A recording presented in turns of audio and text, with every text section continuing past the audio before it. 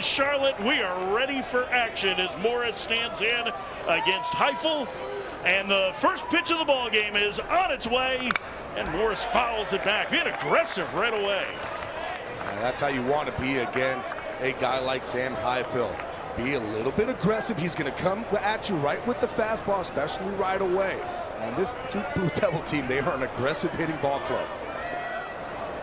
Morris transfer from VMI, one of the real leaders on this club. He takes outside for ball one. 7 players on this Duke roster honored with all ACC selections, first, second, third team, or all freshman team. Here's the 1-1. On the ground to third. Nice play by Makarevich. And a good scoop by Pennington, 1 out.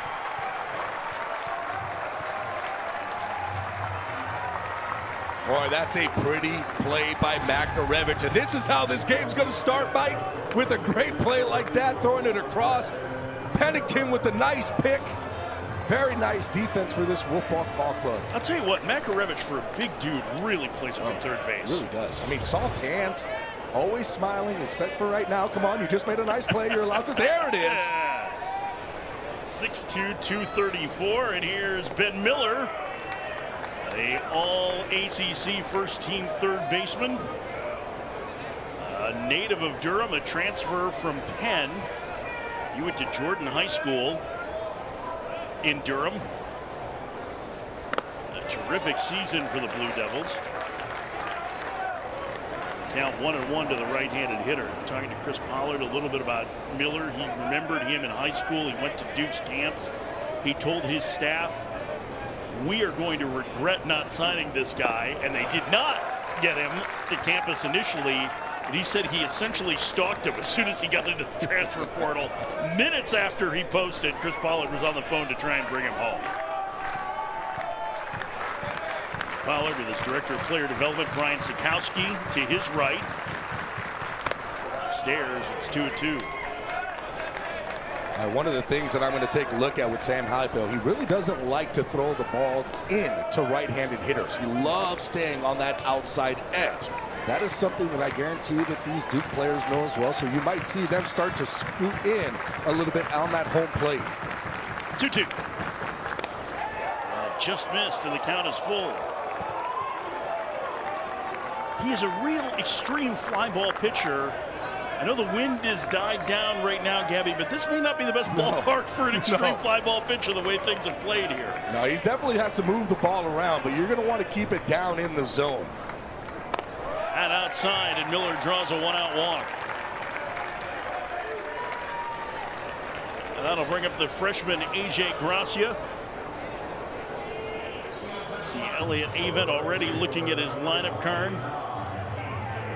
One of the great personalities in college baseball, as the freshman from New Jersey stands in. Single season freshman home run record this year for Gracia. One of 6 Duke hitters in double digits in home runs. The pitch. He bunts. Heifel has it. Throw to first, 2 outs. And that's not trying to bunt to just get the runner over. They're playing on that shift. He was trying to bunt it to that third base side where there was nobody there. Just bunted it a little bit too close to the pitcher. Good thought process, because if you're able to get that bunt down, you're able to get guys on base and get guys moving. But I will also say that I want him to swing the bat. Well, Gracia's got some power. It does get a guy into scoring position for one of their hottest clutch hitters right now. Alex Stone has knocked in 25 runs in his last 11 games. And he takes high, 1-0. Stone hit one of those 3 Duke home runs in their 11-8 victory over Virginia Tech on Tuesday night. A poolside blast over the picnic area. Swings and skies one to deep center field. Going back on it is Serrano on the warning track. Makes the catch. Shy of the fence. And the inning. He missed 5 weeks with back and shoulder soreness. we're expecting him not to go particularly deep in this game, but it's pretty important that he gets his pitch count up with regionals around the corner. Yeah, he won't go too long. When we talk to Coach Pollard, if he can get through 3 innings, they would be ecstatic, and that's kind of the thought process for him. He does have a 4-pitch mix, but he usually really just stays with that fastball, slider, changeup, only throws a curveball about 4% of the time. That fastball will sit 91 to 93, and he does have a good differential between that fastball and changeup to take a look at. First pitch to Eli Serrano III is a strike. 0-1. Serrano was a highly touted high school recruit, a perfect game All-American who played first base last year for the Wolfpack, now playing center field. He does a nice job as a center fielder. He is a big man, powered down a little bit this year, but a very, very promising future for him. Count 1-1. If I'm NC State right now, I am trying to work the count against Healy. I'm not just trying to go up there and swing early. Swinging a bouncer to first. Bravo has it, 1 out. Because just like we know the situation, everybody knows the situation. And they know that it's probably not going to be a long outing for Healy. So you want to be able to work those counts to see if you can get into that Duke bullpen early. Now, that's a double-edged sword because that bullpen is really good and they're deep. But if you're able to get into that bullpen early, you're going to kind of put that pressure on Pollard on who he wants to bring in. I would circle this guy as a key guy tonight, Garrett Pennington, the transfer from Wichita State. He had 3 doubles last night in the win. But one of Duke's strengths is how left-handed they are in the bullpen. And they are going to throw all their lefties at this predominantly left-handed North Carolina State lineup tonight. And they have good lefties in that bullpen. And that's something that, Pollard told us. We're going to go ahead. We're going to get all the lefties. We want to use every single one that we have because we know that NC State has a bunch of lefties in their lineup. Liner to short. That one almost caught Clark himself. 2 outs. Hey, Pennington has done nothing but hit the ball extremely hard every single AB. Yesterday, he had the 3 loudest balls off the bat. He had one at 112, 111, and 109. This one here, another 109-mile-an-hour ball off his bat. 2 outs for Makarevich, the switch-hitting third baseman, the transfer from East Carolina. Had a chance to talk to him after the game last night. A terrific evening with 4 hits and a couple of walks. I'm not very good at math, but I think that makes for 1,000 on base percentage. Gabby, you'll have to correct me on that. What's funny is that we're just going to be saying he had a great night yesterday to this whole entire Wolfpack team. Popped up, foul ground. Miller will give it a look. It is well into the seats. A lot of red here tonight for the NC State fans. There's a couple of good pockets of blue. Probably a little more than 2 hours from Raleigh and Durham to get here, depending on traffic. Maybe more like 2.5. Makarevich takes outside. It's 2-2. And there you see a comfortable number of seats between a Duke and an NC State fan. Can't sit next to each other. Called strike 3. Perfect first for Healy and the perfect start. Logan Bravo will lead off for Duke. No score, top of the second. The first pitch to the Harvard transfer is a strike, 0-1. Bravo tied for the team lead with 17 home runs. 6 of them have come in his last 8 games. Here's the 0-1. Upstairs. 1-1. Power has been the big story in this tournament so far. To this point, 76 extra base hits through 8 games. 37 of those home runs. Swing and a miss. 1-2. And it's not like they've been solo shots either. 62 runs scored off those 37 overs. Yeah, no. We have seen a lot of balls just get powered out of this ballpark. They're closing in on the single tournament record. Tomorrow might be the day that falls. Swing and a miss. Bravo chasing a high heater, and the leadoff man gone in the Duke second. I I'll tell you this, Sam Highfield, he is looking good. He's utilizing his pitches. He's even bringing out that curveball again. He really rarely throws it, mostly slider, but he goes with that curveball. Next pitch, fastball elevated up in the zone. And this is a Sam Highfield that we have seen take control of a game. Gabby, we talked a lot over the last couple of days about high fastball usage as the freshman Cruzen stands in. And I was talking to Clint Chrysler, the pitching coach for NC State, a little bit before the game, and he basically said Heifels' fastball, if it's between the belly button and kind of your chest, he said it is very difficult for hitters to get on top of that. Well, and that's the thing, too, what he's doing with mixing and matching on the speeds, right? So he goes with an elevated fastball at 91. Then the next pitch, he's going to throw an 83-mile-an-hour changeup. 1-1 off the end of the bat.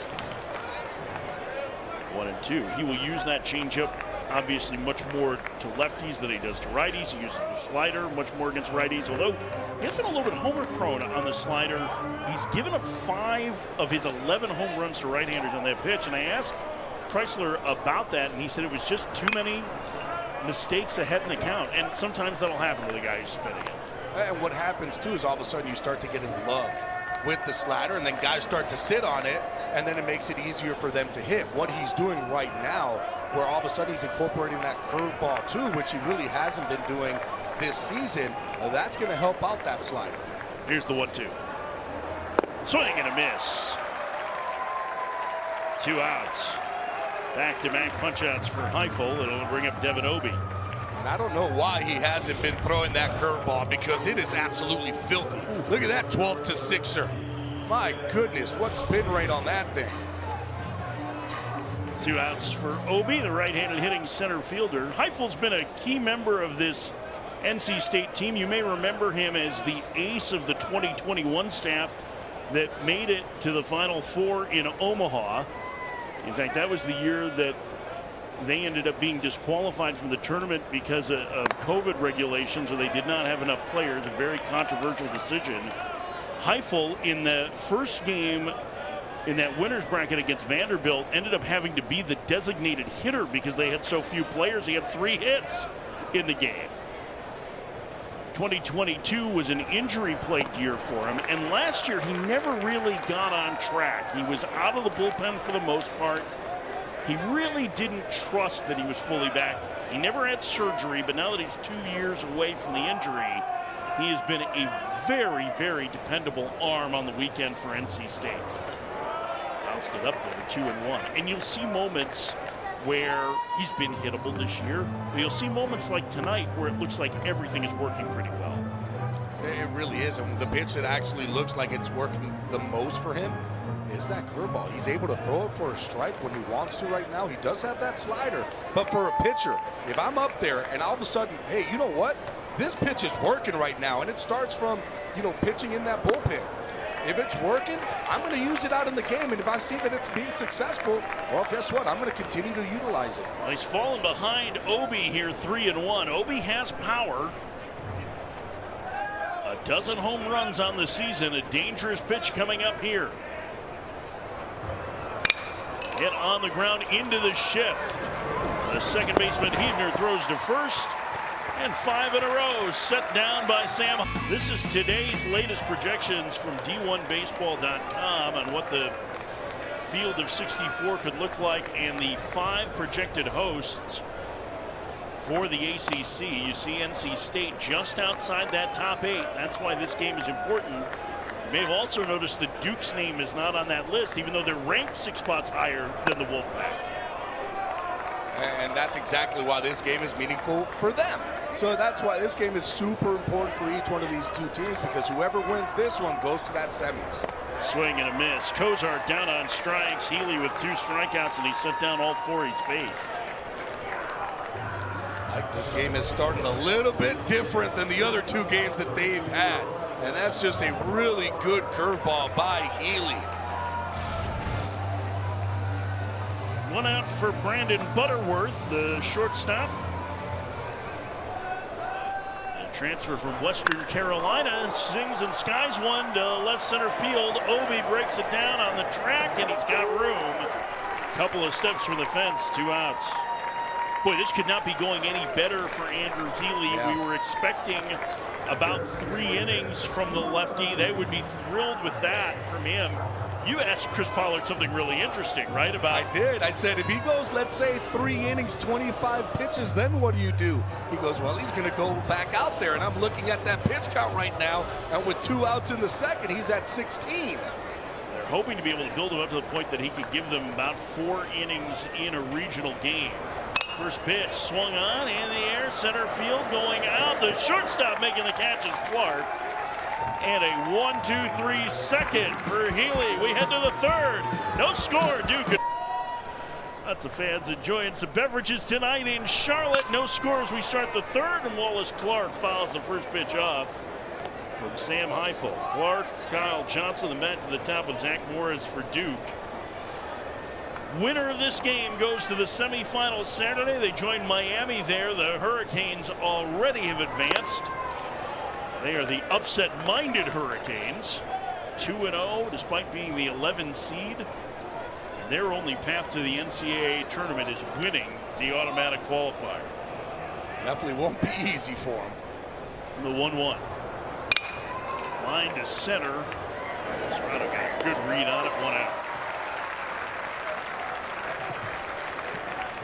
I don't want to jinx this, but this is something that we haven't seen a whole lot of in this tournament, which is efficient pitching to this point. I'm trying to think of any one of these games that we've seen this and we have not.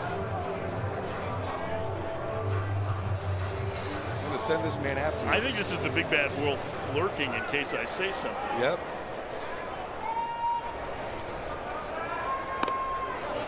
Strike. Kyle Johnson, all freshman team, the 2-way future superstar for Duke. Had a very good year offensively, an excellent year as a left-handed pitcher on the mound, and he sends that one to deep center. Back on it, Serrano makes the catch, 2 outs. Eli Serrano III's been busy so far. It's 3 nice plays. Hey, Serrano can go get it. That was a pretty play. This ball well struck by Kyle Johnson. And you can just look, Serrano going back, understanding where he is. Knowing, I know where the wall is, I know where that warning track is. There's that different feel between the grass and that dirt that's out there in that warning track. He knew exactly where it was, made the play nice and easy. That's a guy that was playing first base for the Wolfpack last year. First pitch is a strike to Zach Morris. It's 0-1. Morris grounded out to start the game, and we're going to get a timeout. I love this. I love the offensive timeouts because the game's going quick and you need to get your pitcher to at least give a little bit more rest. And the other thing is, too, that Sam Heifel, he is just attacking and attacking early. Yeah, that's one of the unique things about college baseball is each team is allowed 3 offensive timeouts during the game. So you will see some of these conferences, if you're not that familiar with college ball, that's one of the major differences. They're also allowed 6 mound visits, which generally isn't a problem. Although last year in Omaha it was for Kevin O'Sullivan of the Florida Gators, where he all of a sudden ran out of mound visits. That happened in the big leagues the other day. Yes. The Tampa Bay Rays, too. The 0-1. There's a strike to Morris. It's 0-2. They took one away from big leagues, didn't they? Wasn't it 6 and then they brought it to 5? Yeah, I mean, They go mix and that was match. a couple years ago, I think. 0-2 the count. Swing and a miss. Morris down on strikes. To it, but rather than just give you the option of doing it.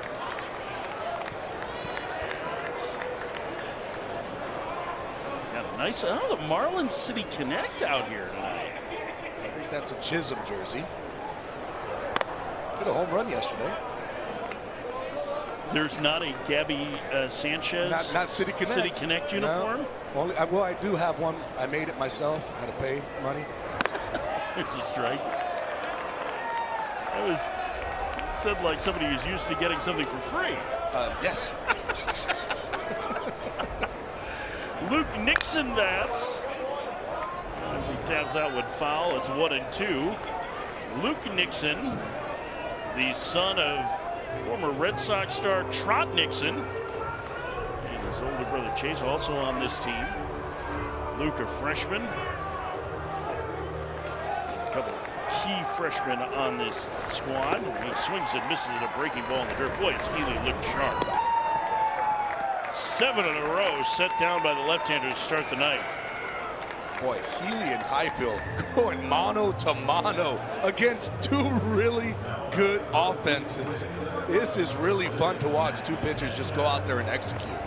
Duke is mostly known for their bullpen, but in talking to some of their staff, just the presence of Healy, even though the starts have been shorter coming back from the back and shoulder soreness, has been a huge boost to just being able to set up their pitching a little bit better.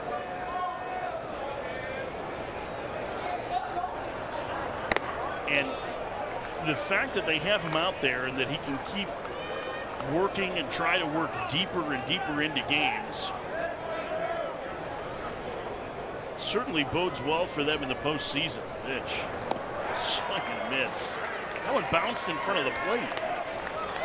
I mean, its arm action is great on that changeup, and you're going to have to start to get there a little bit early. That foot's going to have to get down because that fastball is beating these NC State hitters. That's the breaking ball that time. Count 2-2. It's just going to be interesting to me because when we did talk to Coach Pollard and we talked about the pitch count and we talked about how many innings and he would be thrilled if he was able to get through 3. I didn't think that he was thinking that it was going to be at this rate the way he was going. Shallow left, the shortstop Clark waving his arms for it, 2 outs. But he also told us that when he does get by 3, that it's going to be, hey, how are you feeling? How is that back? How is that arm? Are you feeling good? Are you able to go out? That's going to be a tricky situation because a pitcher on the mound is never wanting to come out of a ball game. And he's going to say he's feeling fine no matter what. So that's going to be something that Coach Pollard is going to have to kind of look at and wrestle with. Here's Noah Souls, the number 9 hitter, and that's the first pitch ball from Healy tonight. 8 for 8 in first pitch strikes before that. Now our home plate umpire, Barry Chambers, trying to slow him down a little bit, but he's been in a really good rhythm. So is Sam Heifel. Winner to the semis. Here's a strike. It's 1-1 to Souls. Souls had ankle surgery during the season and came back just about a month ago.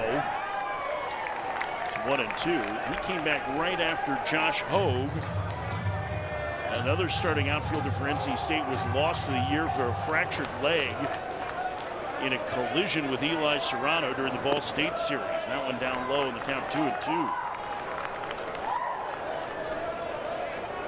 This veteran hitter, an important part trying to get this lineup turned over for NC State. And he lines it to left, racing over is Cruzen, and the freshman makes the catch, and the inning. Shenanigans abound. No score as we start the 4th. Then Miller bats. At the line of the pitchers, just 1 base runner so far in this game. Heifel walked Miller in the first. You see Healy there, 9 up, 9 down for the lefty. That one missed to Miller, 2-0.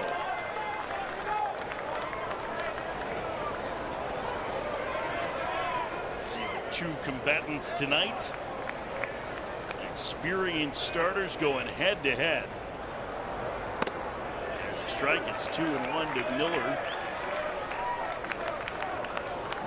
Penn transfer featuring his now signature handlebar mustache. He hasn't always had it. Swing and a miss. 2-2. I did ask him about it. We got some info. Quality facial hair care. So what did he say to you? He gets the wax to make it have its form. Wax. But then he also puts gel, because I said, do you have to go in the dugout and kind of reapply? And he says, no, I got the gel in there too. Swing and a miss. Miller down on strikes. 1 out. 4 strikeouts for Heifel. I'm not sure that I'm in on the hair gel on the mustache. Well, like I mean, mustache wax is though. like if it gets in your mouth, it's fine. But like the hair gel a little too close to my lips. At least it's that not sounds- hairspray. Well, no, it's not. Make everything sticky on that one. It's more about taste. What I'm saying is it likely affects the taste of the food that's. That's the problem. Oh, maybe that's just a problem that I have.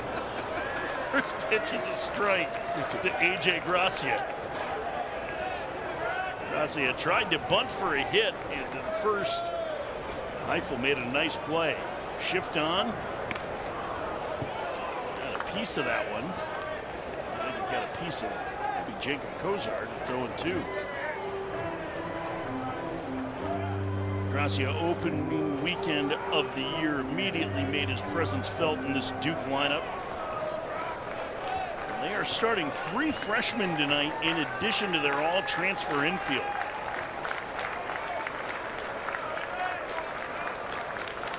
Pitch upstairs, 1-2. Gracia's got an interesting setup too. So upright and open. It is. It's upright, it's open, but when he gets into his hitting spot, he does kind of crouch down a little bit and gets into that hitting position.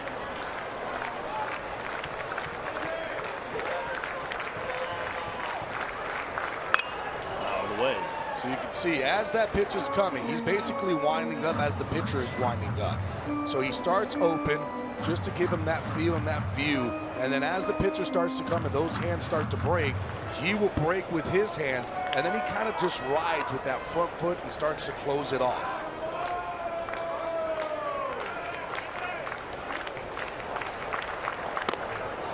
Missed in the count 2-2 now.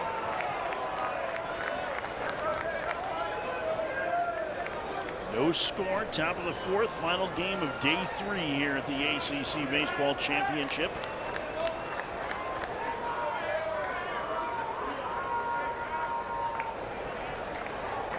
And the delivery. In the air to center. Serrano's been busy, and he'll track that one down shy of the track, 2 outs.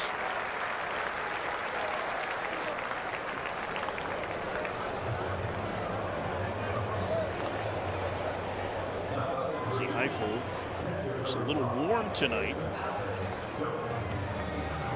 That's a few more groundouts that you would expect from Heifel, right? And the 7 balls in play, 3 on the ground. Generally, fly balls are his game. Doesn't really give up too many ground balls. Only about 25% ground ball rate. First pitch upstairs to Alex Stone.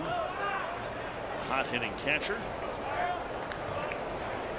Stone was 2nd team all ACC. One of the best defensive catchers in the league, according to 643 Charts defensive runs saved. And Cozart too behind the plate right now. We talked about Heifel on the mound and how he likes to attack that outside portion of the plate. Well, guess what? For Cozart, that's his best framing area. Outside 3-0. Cozart with an excellent defensive reputation.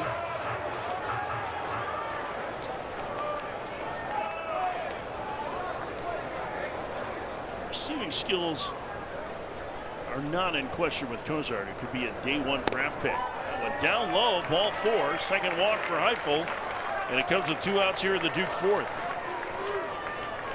Tell you what, though, Heifel is not missing by much on any of these pitches, just really around the zone with that fastball. Duke doing a good job there, not chasing. This next pitch will be the 50th of the night for Heifel. Been very efficient so far, as has Healy. Well, we talked about 3 innings for Healy. There's no action in the Duke bullpen to this point. So it looks like he's going to go out and get the 4th. First pitch to Bravo. He takes a breaking ball in the dirt. 1-0. And this is the dangerous area here, because you have Bravo up. And if you look at the defense right now, everybody is shifted over. There's a lot of space on that right side of the field. So what ends up happening with a pitcher who likes to throw away as a hitter, I'm going to take my hit to the opposite way and get a guy going from 1st to 3rd. Outside, it's 2-0. Heifel's missed on 6 straight now. that's going to lead to a big mound conference. Pennington, the first baseman, was the first to head in. And here comes Clint Chrysler, the pitching coach for NC State. Clint Chrysler going out there. It's going to be a quick little talk. The second half of the season, they've got better work out of Don Fritton, who's a preseason All-American. That's a big reason why NC State's in this position now. Oh, it missed. And the count now 3-0 to Bravo. This becomes a dangerous pitch. But you still have to go out and attack the zone here. I still see him throwing that fastball. He's not going to throw it in. He'll keep it on that outside corner. 3-0. High strike. It's 3-1.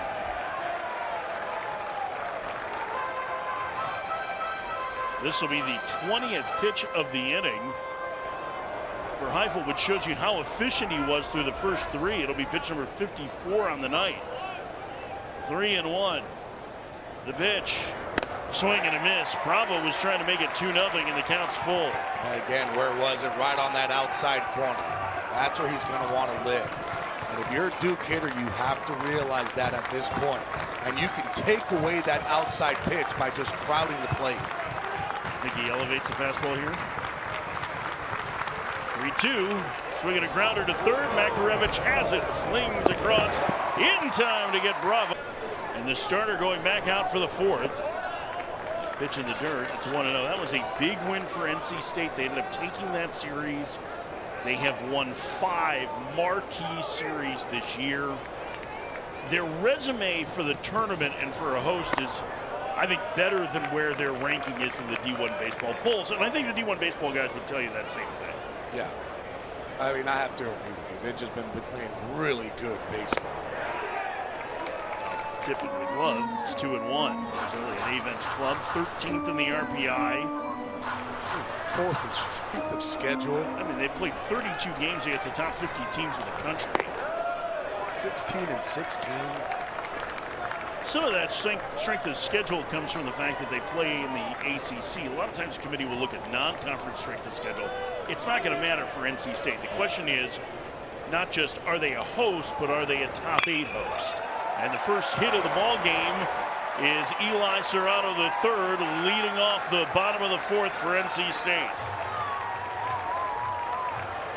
This changeup is just elevated up in the zone. Actually, no, that's a fastball elevated up in the zone. Boy, this ball is just hit really nicely by Eli Serrano, going and driving it the opposite way. Here's Pennington, who has done nothing but smoke balls all over the field the last 2 days.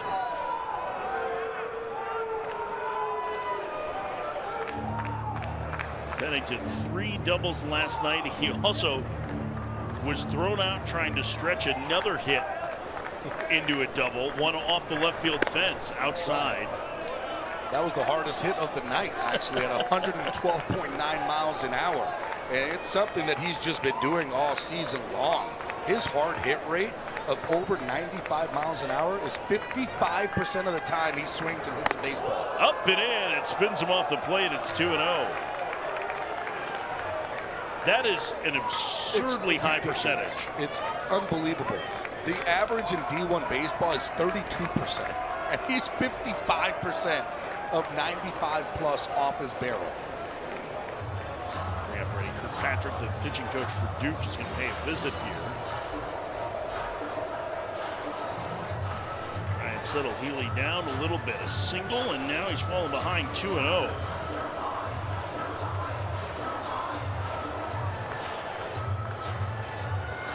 Look at the line on Healy. This is the first base runner he's allowed tonight. And we expect that Duke will use the quality lefties in their bullpen an awful lot this evening against the NC State offense. The fact that they've gotten to this point with Healy is a huge boost, I think, for this Duke staff, and probably for Healy too. This is just going to give him confidence for his next start, which is when they really need him to go out there and fill up some innings. 2-0. Pennington tried to hold up. He went around. Ryan Miller, our first base umpire, said that he swung. It's 2-1.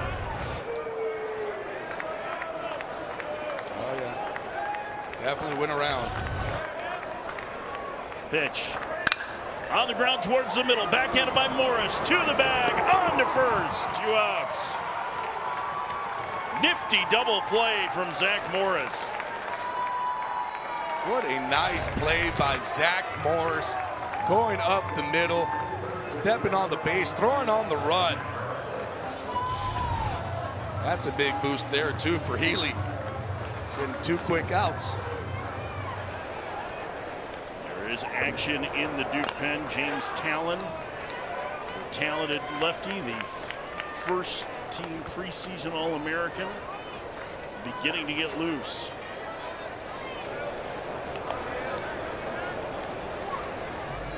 The 0-1 in the dirt, and the count 1-1. I have to think that, as we're going to talk to Elliott Avent, the head coach at NC State, in the next half inning, I have to think that Healy is kind of getting to a point here where maybe as he's building his way up, you kind of run that line between fatigue and buildup, right? Yep. Like you see this a lot in spring training with guys building, right? They're trisp for 2 innings, the third it starts to get away. That's kind of what it feels like with him right now, because this is longer than he's gone since coming back from injury. And really, to be honest with you, it's not about the pitch count of where he's at. It's also the up downs. Rip foul. So it's the amount of times of him getting on the mound, sitting on the dugout. Your team goes out there, they're hitting, then you get warmed up again. You go back on the mound, you throw your warm-up pitches. That all takes a toll on a pitcher's body, and you really have to work up to that. A lot of times when you're looking at big leaguers, they'll say, hey, we need him to have 5 up downs before we even think about throwing. The 1-2. Makarevich fouls it away. And I would think that the legs probably start to get a little heavy more than the arm, right, at this point? Because it's easier if you're just going up there and you're throwing a bullpen and they say, hey, throw 50 or 60 pitches. Okay, fine. It's that stop in between that really starts to get you tired. You got that lactic acid that starts to build up and it gets into your legs, and then you got to get up again and start to get warmed up. All of that plays a part on that pitcher.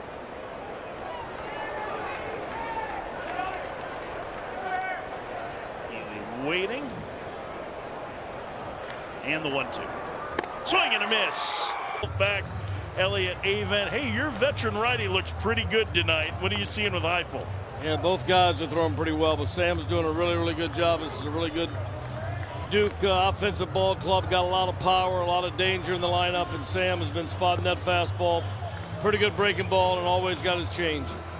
Coach, you're looking at the offense right now. Of course, we saw the output that they did in Game 1. What's the talk going on right now in that clubhouse? Because we know that this Duke pitching staff is very good. Yeah, Healy's really, really good. The whole pitching staff for Duke is very deep and very talented, but Healy gave us a fit in Raleigh earlier this year, and he's pretty good tonight as well. Coach, before we let you go, how does this year, talent-wise, stack up in the ACC versus what you've seen historically? Well, a lot of the coaches talk throughout the year. We bump into each other here, obviously, and I've talked to Brian O'Connor and talked to a lot of guys, and I think this might be the deepest and the best I've ever seen in the league. It's really been impressive, and so is your team. Elliott, we appreciate the time. Best of luck tonight. Okay, we got to catch that fly ball. It's going to travel to the wall and get out of here. An opposite field home run for Chase Cruson, the freshman, makes it 1-0 Duke.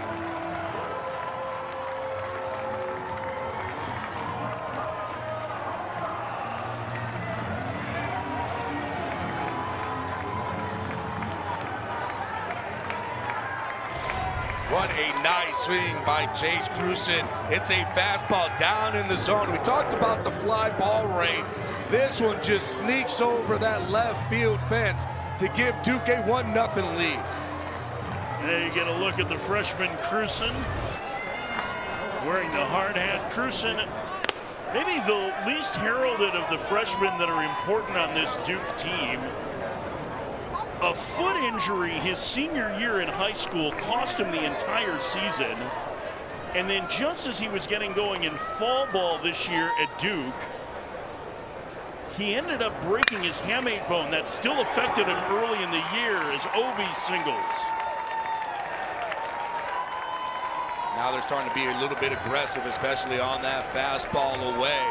We talked about it. Guys are starting to creep in just a little bit more, and you're taking away that outside zone, where now that outside pitch, instead of being away, now it's more middle. You can catch that ball out in front. I just wanted to finish the thought on Cruzen here. We talked a lot to Chris Pollard about him and how sim games during the week and extra batting practice really helped to prepare him, and down the stretch he's been a very valuable bat for Duke. Wallace Clark, the shortstop, bunts foul. It's 0-1. 1-0 Duke in the top of the fifth on the opposite field homer from Cruzen. The 38th of the tournament.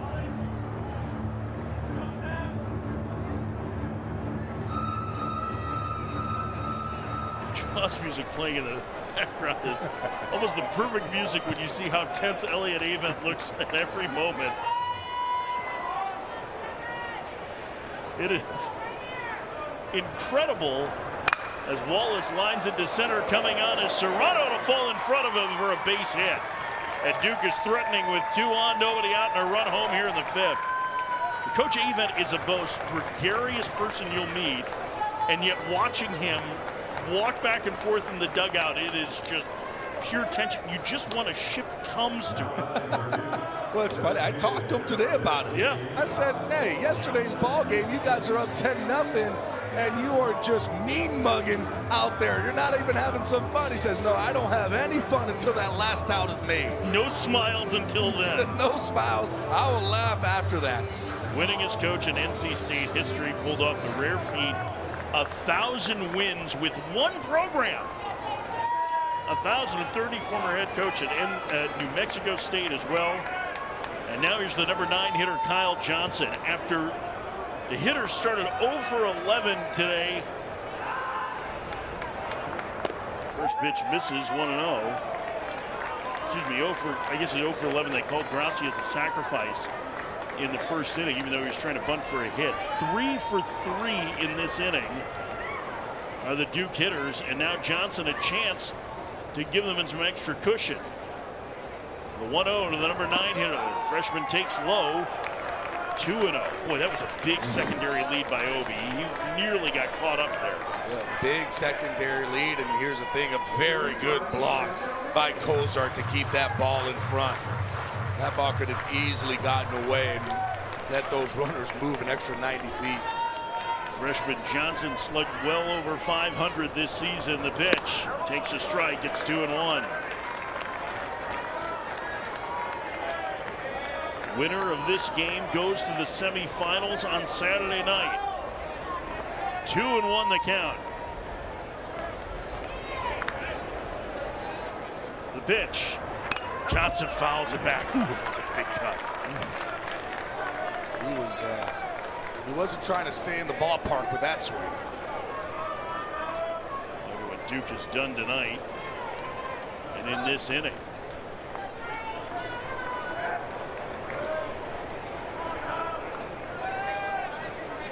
Eiffel set. The 2-2. Missed just high, and the count is full to Johnson.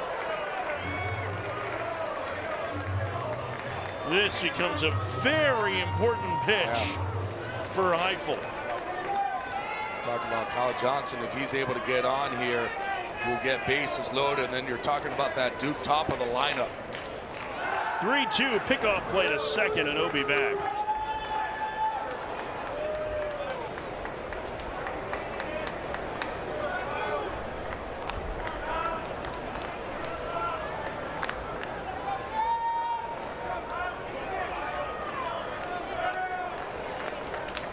Shift on, big hole on the right side for the right-handed hitting Johnson.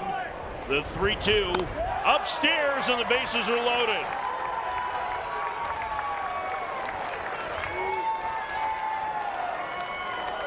Nobody out. 1-0 Duke. And Zach Morris, who homered twice. Exact thing. I'm curious to see how they're going to play here. I'm thinking that they're going to play probably corners in, middle playing back. It looks like Makarevich. Nope, he's starting to make his way in. So anything on the corners, that ball is going to be going towards home. Anything up the middle, they're going to just turn that traditional double play. Jacob Duden, the talented freshman, getting loose in the NC State pen. 1-0 Duke. First pitch. There's the strike. It's 0-1.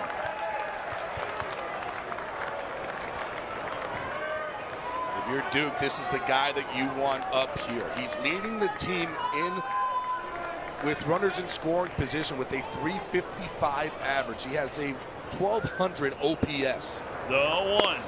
That one missed, and the count 1-1 to Morris. Even to go further here, in May, he's been better. A 417 batting average with runners in scoring position and an OPS of 1854. He had the big blast that started Duke's comeback on Tuesday night, the 1-1. Fouled away. It's 1-2. Now, one thing you can get Morris to do is chase. And you've been really complimentary of Heifel's curveball to this point. It would be a good time to throw it. And the reason why I say that, because a lot of times I'll say you have to be careful, especially with those breaking balls with the runner on third. But you have Cozart behind the plate. 1-2 the count. The pitch. Swinging a high fly ball. Deep left center field. Way back. Grand slam!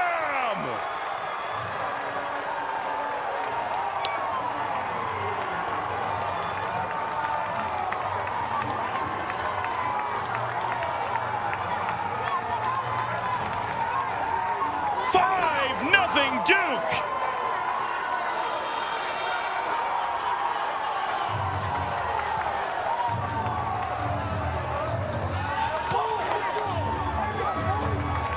Three homers, 9 knocked in for the second baseman, and Duke is taking control of this game. My goodness. He got the curveball, and boy, he hammered it. First pitch fouled back by Ben Miller. Here's the curveball. We talked about it, but he left it up in the zone. Zach Morris hits this one out to left center field. 103.3 miles an hour, 455 feet for the grand slam. 1-1 now, the count to Miller. Duke's last grand slam was just on May 5th, 18 days ago. Morris' second of the year. 3 homers and 9 knocked in through a game and a half for him in the ACC tournament. Wow. My goodness. 455 feet on that blast. Liner to center. There's Serrano to make the catch. 1 out. I mean, we've seen some blasts. That's the longest one. That's the longest one. In a tournament that's already featured 39 home runs, 455 feet from Morris is the longest.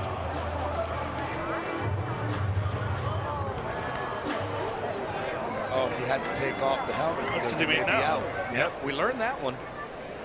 They keep that helmet on as long as the hits keep coming. Gracia hits, taps it foul. I mean, that happened quickly. Oh, I think boy. that is one of the things that has impressed me about Duke this year is how quick strike this offense can be, right? Like, all of a sudden, you can get going. That one to deep left field. Back to the fence and gone! Opposite field homer for Gracia, 6-0 Duke.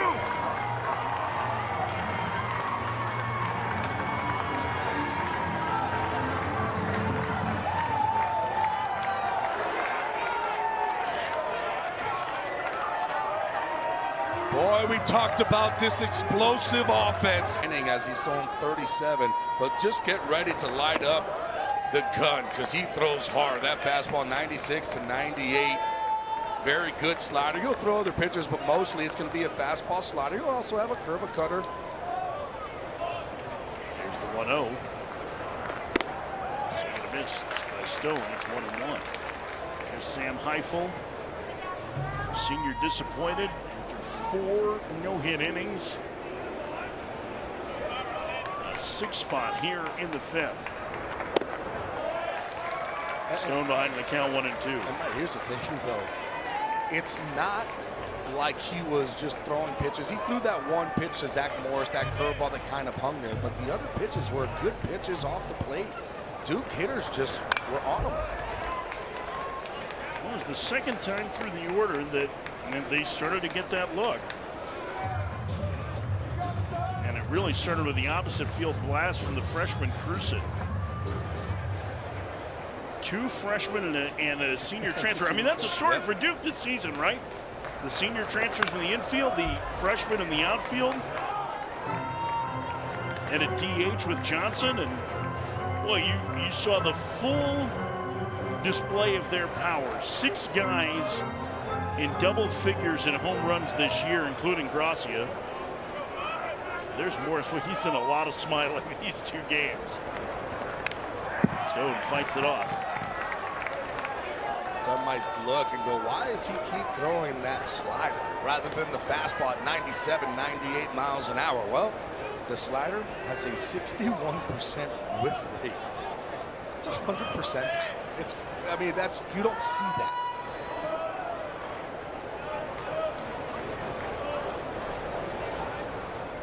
One, 2. Outside.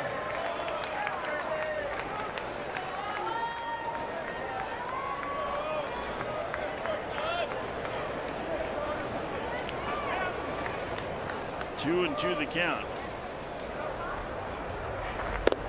Down low, the count is full. That one was 99 miles an hour. Well, there are 3 really good, talented young relievers in this NC State band, and Duden is one of them.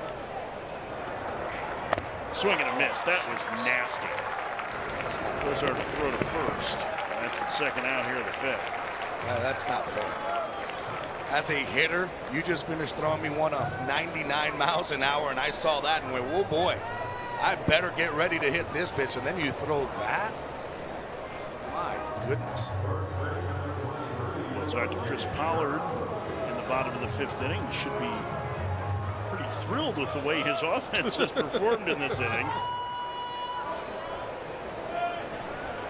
Healy walking back to the dugout.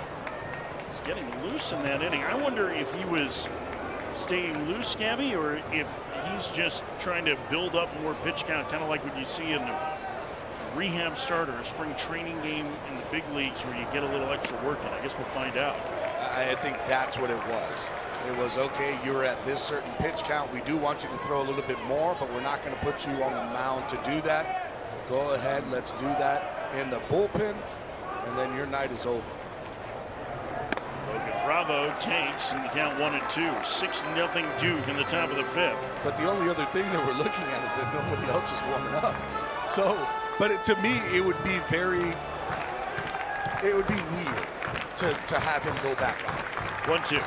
Outside, 2-2. I will say they did have talent up. Yes. For a little bit with Healy there. Healy was the last one to come up. And Healy threw more than just warm-up pitches.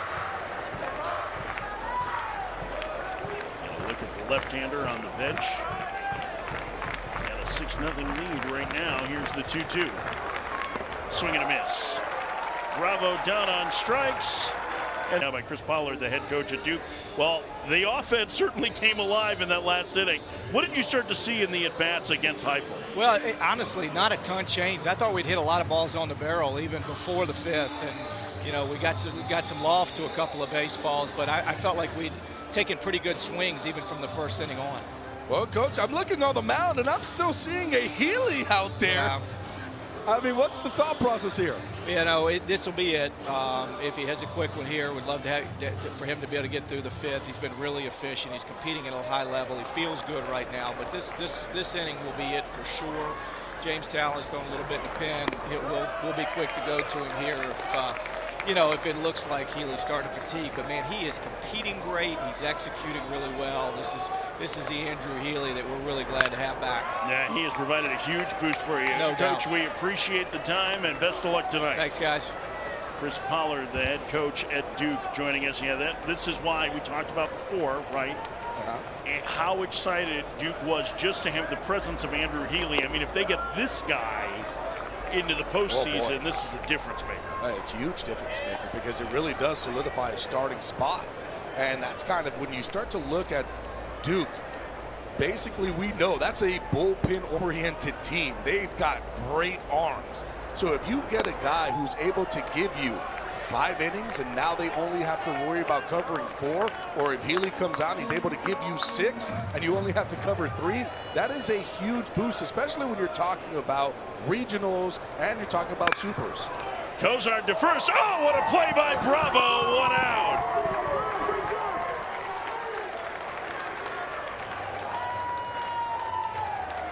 That was more like Logan Bravissimo. Oh, I love it. What a great play, diving down, staying with that ball too. Not an easy play, because that's one of those short hops, but you can see head stayed over his glove as he's able to get it, runs over to first base. Bravissimo. Not the right one. It's just Bravo With an Isimo at the end. I got it. Simpatico. Brandon Butterworth, he hit a ball bueno to center field. Or I guess it'd be boom, right, in Italian. Well, I don't know. I don't know Italian. I know Spanish. Bueno is Spanish. Butterworth, the transfer from Western Carolina. A 2-0. He takes a high strike. It's 2-1. Butterworth's, I got to tell you about this. His Twitter handle is at slippin' on butter. That's 2-2. That's beautiful. Got to get everybody to be following that one. Slipping on butter. Now, with this NC State ball club, don't count them out, because they could put up a lot of runs in a hurry. To third. And on to first is Miller. 2 outs. 2 outs, nobody on. Here's Alex Sosa. Today, Elliot Avent, the head coach at NC State, helped to uncover this little treasure of a young Alex Sosa. That is him with our very own Gabby Sanchez sitting on the dugout. Is that a pro player? That is. That's that pro player. Oh, man. Look at that. Look, I have hair. I look great. 220 is fit. Sosa's young, and then I see him in person now, and he's a grown man. I'm like, dude, you're making me look so old. What is going? The hair is gone. Sosa did this right here. This is his fault. He took it away. Into the shift, backhanded by Moritz. He'll throw to first. Sosa is out. What a performance from Andrew Healy tonight. As we start the 6th. And Chase Curson leads things off. A solo home run to start the 6-run 5th inning for Duke. Inside corner strike, it's 1-1. Curson's had it. Well, the home runs have gotten all the attention. Remember, he had the go-ahead 2-run single in their 6-run 3rd inning on Tuesday against Virginia Tech, and then in what was a 6-5 game throughout the tying run at the plate. He has played exceptional defense, and he's had some really big moments. 2 go-ahead base hits.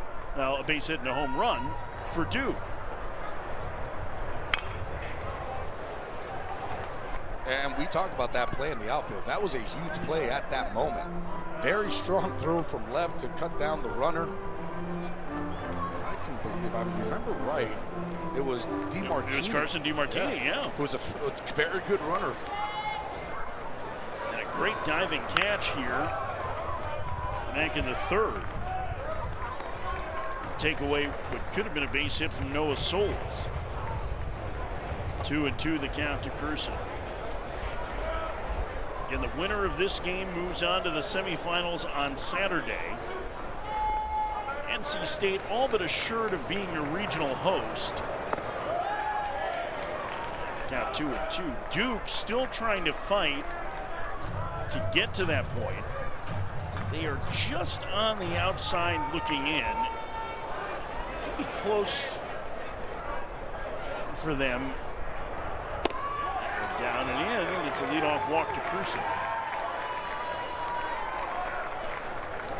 It's a very good AB there for Cruson, too. This is a tough guy to face in Duden, who throws 97, 98 miles an hour with a wipeout slider. To be able to just stay off of that pitch, very impressive for the young freshman. Here's Devin Obey, singled. So I wanted to look up to the minute. Duke's current RPI is 22. Top 16 seeds or hosts as Obey crushes that one up the alley in left center field and bangs high off the wall. Cruson to third as the throw comes in behind him. That is a ringing double for Devin Obey. Duden's going to have to do something here because he keeps going to that slider, and it looks like Duke is starting to just sit on that one pitch. This one down in the zone. Obey, boy, he hammers this one to left field. It had to be a foot from going over that wall, maybe even less than that. Wait a minute. I think we're going to take a look at this. That hit the off metal. the railing. I think it's going to be a two-run homer. That's going to be a homer. Yep, it's going to be 8-0 Duke after they look at this. That was much clearer than comes our home plate umpire, Barry Chambers. And it is a home run, the 13th of the year for Obey, and Duke leads 8-0.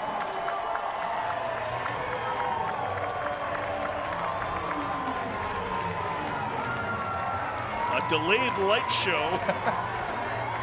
A delayed smoke show by Homer, the Dragon. 8th time this year Duke has hit 4 home runs in a game, now 41 in this tournament. Oh.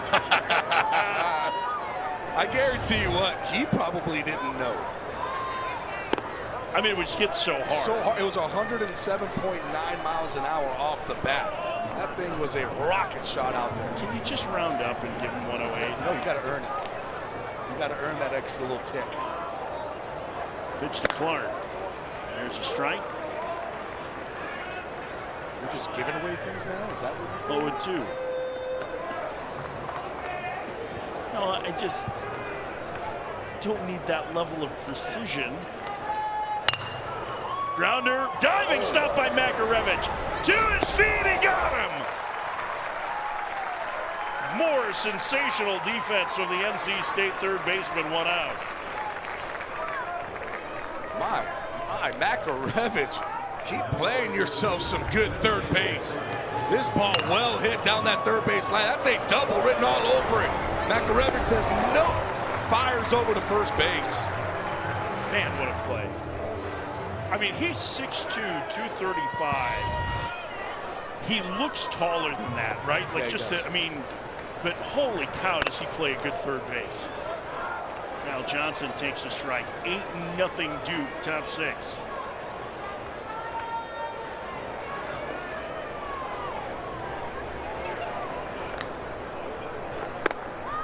Outside, it's 1-1.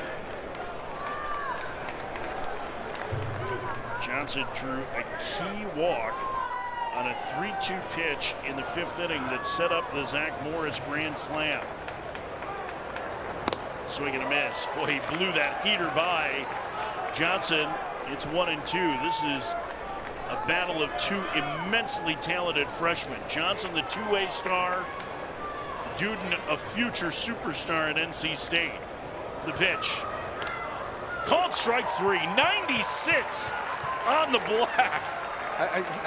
I'm confused because if I have a pitcher on the mound who's throwing 97, 99, 96 with that kind of movement, I'm not going to give a hitter a chance with a slider. Even though the slider is really good, you know when the slider gets even better?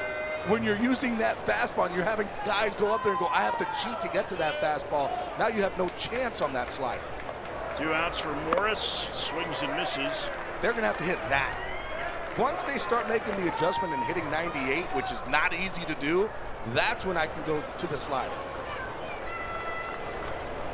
That's what Morris has done in this tournament. All 3 hits, home runs. Fouls it away. It's 0-2. Up and in. Nearly hit him at 98. It's 1-2.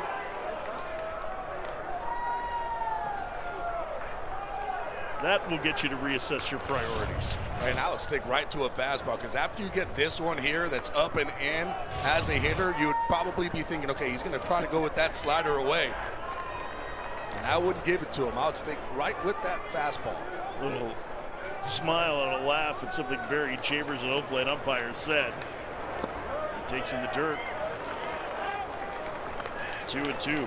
I said, well, that was close. Jeez. Barry's probably saying, I'm glad it missed me, too. 2-2. Outside, and the count is full.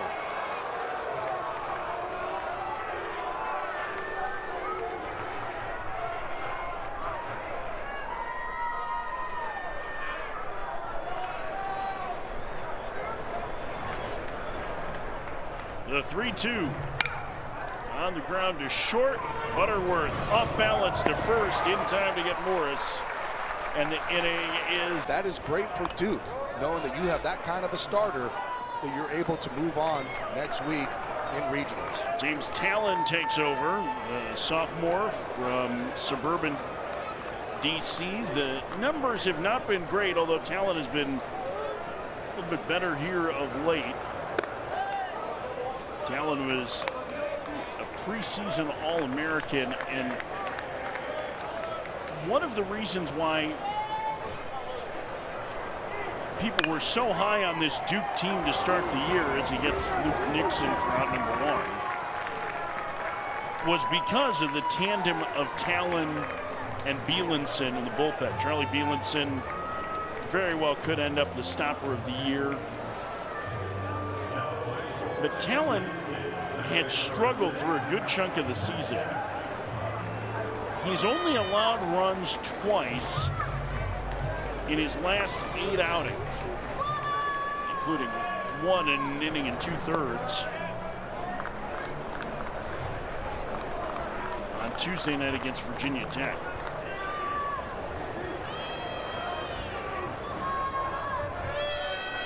Basically, if he doesn't face a team named Tech, he's in pretty good shape, because the other outing of that stretch is against Georgia Tech that he gave up a 3 spot. So, hey, the thing with Talon, too, he loves throwing the fastball. We'll throw it a whole bunch. The other pitch he'll throw is the slider. We've already seen that one. But the fastball, it throws it 84% of the time. well, if you got a good one, Might as well use it.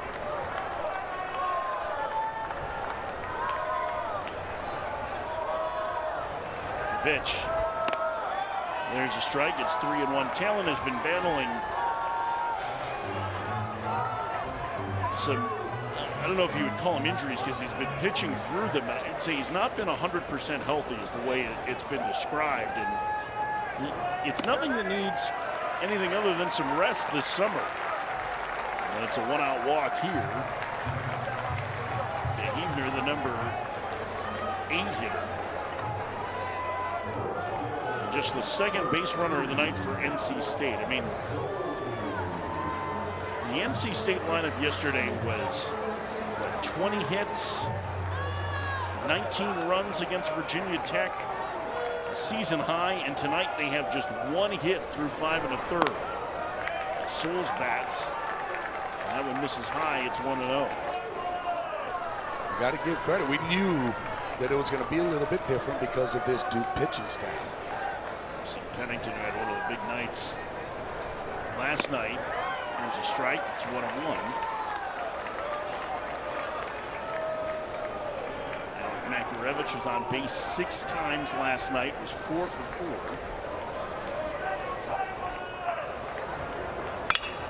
Bouncer to first. Bravo has it. Will step on first. No throw to second. 2 outs. That'll bring up Eli Serrato. He has the only hit of the night. The top of the lineup yesterday for NC State, same top 6 hitters, 18 for 28 with 8 walks. As you said in the open, right? Yep. They are 1 for 12 tonight. They also had 8 base on balls, too. They had over a 700 on base percentage in yesterday's ball game. First pitch strike to Serrato. It's 0-1. Look at those numbers. 8 extra base hits. Knocked in 17 of their 19 runs.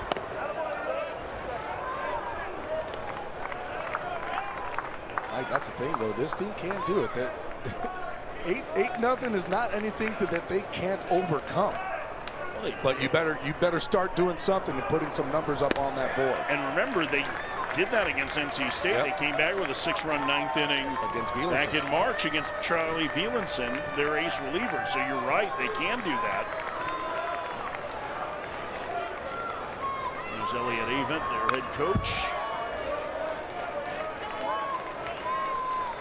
His talent ahead in the count here, 1-2. And there's a look at Bielenson. Bielenson, one of the... Even when Charlie Bielenson isn't pitching, he's entertaining to watch.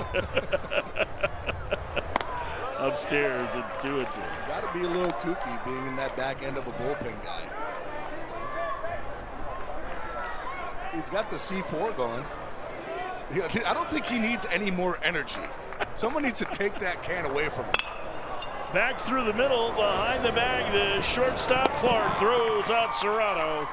And the On us. But they weren't. It's not really the word that I would use to describe that, Gabby. Speak for yourself. I kind of just did. Truist Field, Charlotte, North Carolina. The AAA ballpark for the Chicago White Sox, top affiliate.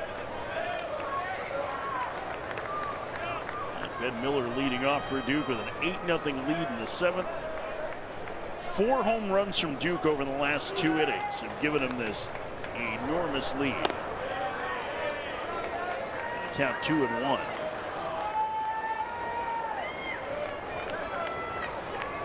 Jacob Duden came on in the 5th after Sam Heifel allowed 3 homers. Outside, it's 3-1.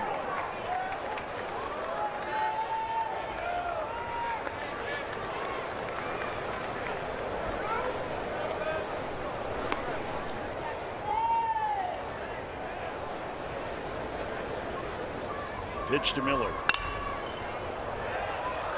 Fouled out of play. First base side, and the count is full.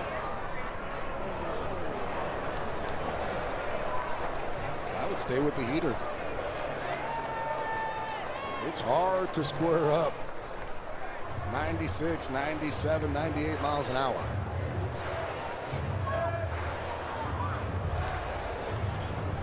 And I was looking at some of the data, and this is always dangerous for me, right? A little bit of knowledge is more dangerous than actually knowing what you're talking about.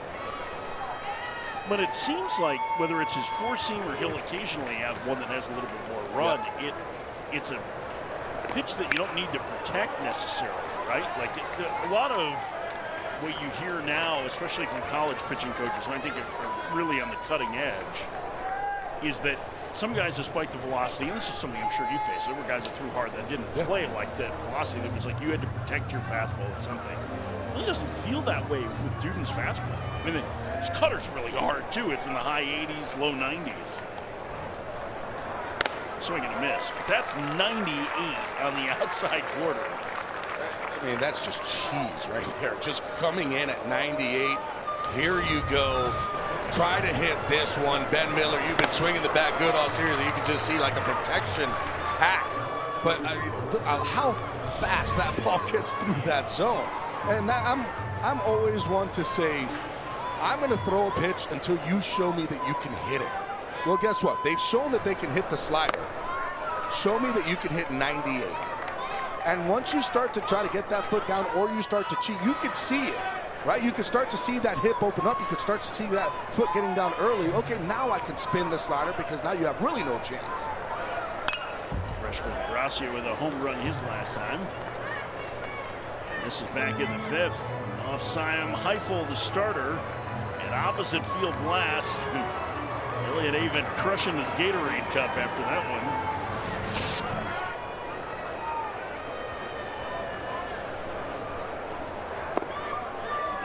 It's 2-1. The first homer happened in the middle of an interview with him. Now I'm worried that Elliott will never speak to me again. He got that extra question out. It's the cup.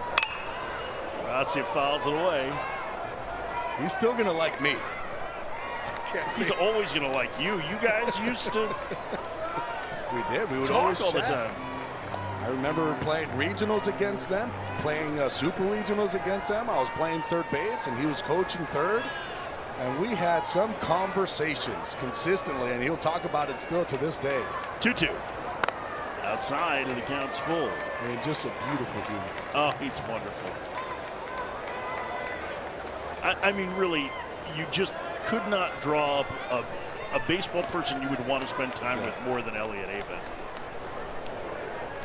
We saw him before the game, and you got into the cage before I did.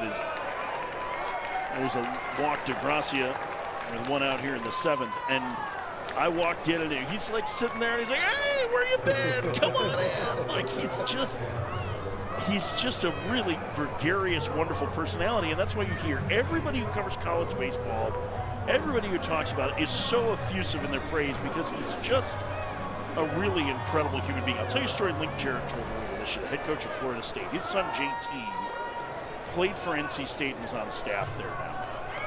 And there was a story that JT was playing summer ball. I don't remember if it was the Coastal Plains League or it was one of the Carolina Summer Wood Bat Leagues. And something had happened where he had gotten dinged in the head. I think it was either he was hit by a pitch or something got him. And they were on the bus on the way home. And Link's wife was out of town. You know, Link had coached at UNC Greensboro, and they weren't able to get to JT. And JT called Link and said, "I just don't feel great. I feel a little woozy and all that." And so he calls Elliott Avent and says, "Hey, could you help out a little bit and maybe meet him at the bus?" And Elliott goes, "What? What's happening? Really? No, I got this. I'll take care of it. Don't worry about a thing." Avent went and found the bus and tracked it down and got JT off the bus to take him to the hospital. It's the type of person he is. I'm paraphrasing a lot of the story, and Link's a great storyteller and undoubtedly would tell it better. But I think it just speaks to the kind of person that he is. He just cares about everyone. Grounded to short, the only play will be to first to get Stone 2 outs.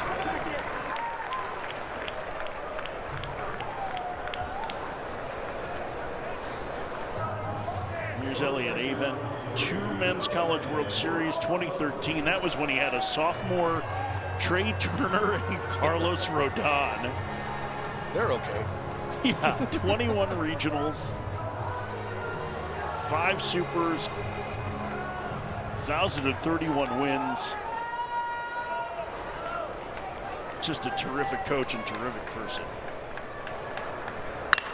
Fouled away. And I don't know how you couldn't want to spend time with him. Well, that's the thing, is that you talk to any coach, not one says any bad thing about Avent. Not one. I have not spoken to one person that says, "Oh, no, I don't like that man." Everybody just sings his praise. Swinging a pop-up.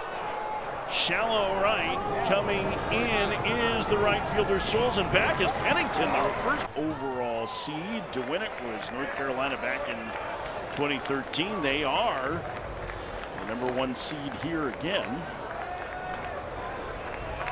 Wolfpack fans, it's been a melted ice cream kind of night for them with them down 8-0 here in the bottom of the 7th.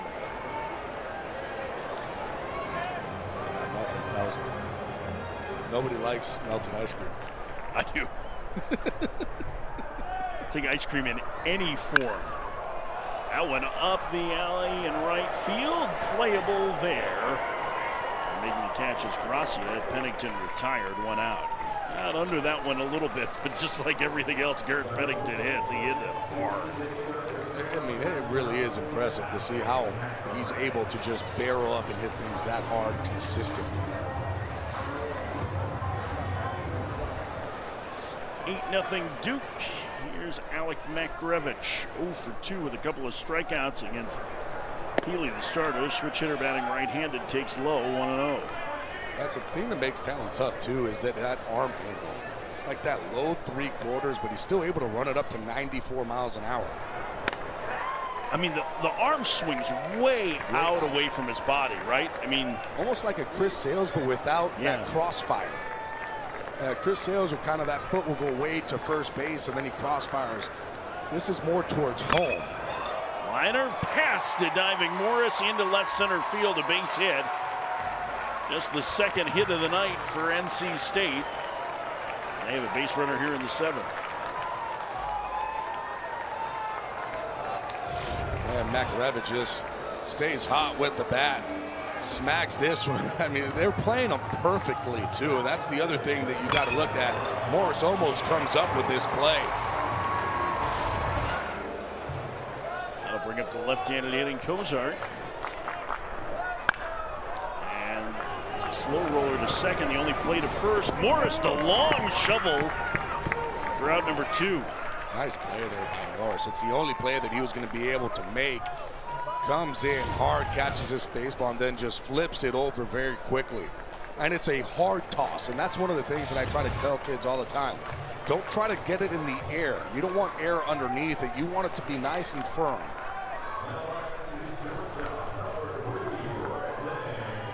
Two outs for Brandon Butterworth. 0 for 2. Takes a strike. Butterworth homered last night.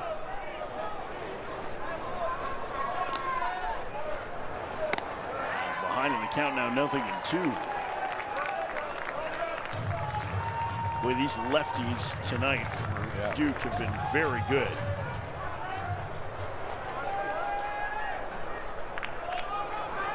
Pitch upstairs. This is the first time that NC State has had a man in scoring position tonight.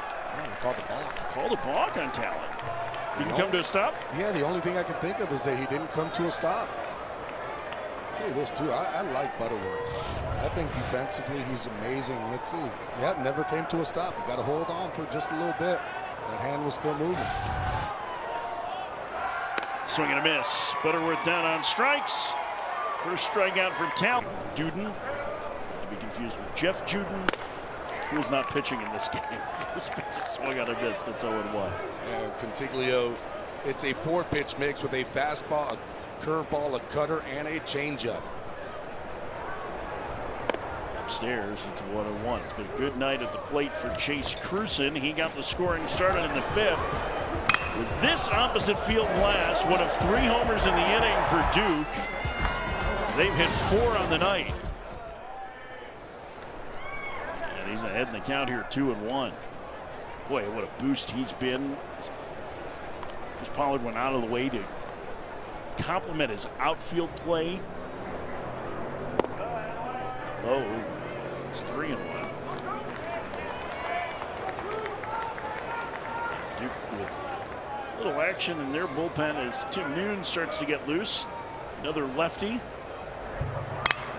This on the ground to second.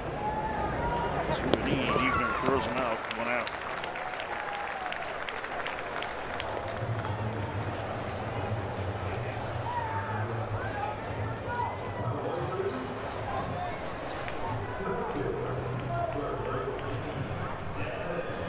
Here's Devin Obie, who hit a home run in his last at bat. I really think as much as the Cruson home run got the scoring started, it was Obie's single immediately following in the 5th that really put the pressure on Sam Heifel. Well, you had to start it somewhere, and remember, he had a no-hitter going until Cruson hit that home run. And once he did, a lot of times that would just spark something in the offense of like, okay, now we've got it, now we can get things going. Outside, it's 1-1. And here's Obie's home run in the 6th. This was originally called in play. Replay show that it hit the railing above the fence. That was the 4th Duke homer. By the way, I want to update you here. 41 home runs now as we play game 9 of this tournament. The tournament record is 54, which means there's a very good chance tomorrow night we're going to see history here. You have to go back to 2022 for that one in this ballpark, right? Yep. What was it, 41 right now? 41. So you're up to the minute update. 70 runs scored on 41 homers. Wow.